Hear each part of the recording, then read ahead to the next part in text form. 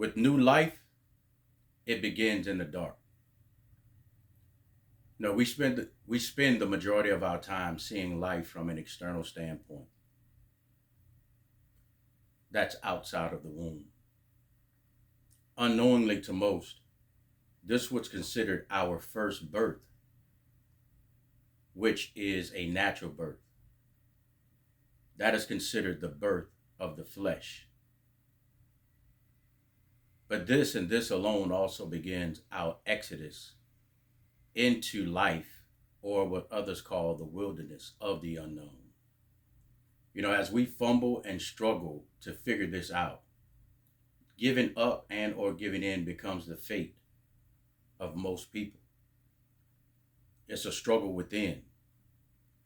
The pain of the wilderness is designed to do one or two things. One, to force us into an enlightenment of self, and that's considered the rebirth, or to expose the temporary and or permanent demise, which is remaining old. Even the wilderness itself truly wants us to see and decide, but it will never decide for us. Individually, it's the internal workings in which we're afraid of. We shy away from it because we've grown accustomed to looking at life as we see it and as it stands still right before us. But it's changing every single day. And we refuse to change with it. We resist. We can never be afraid of returning into the eternal darkness. If you do, you'll find what most refuse to see.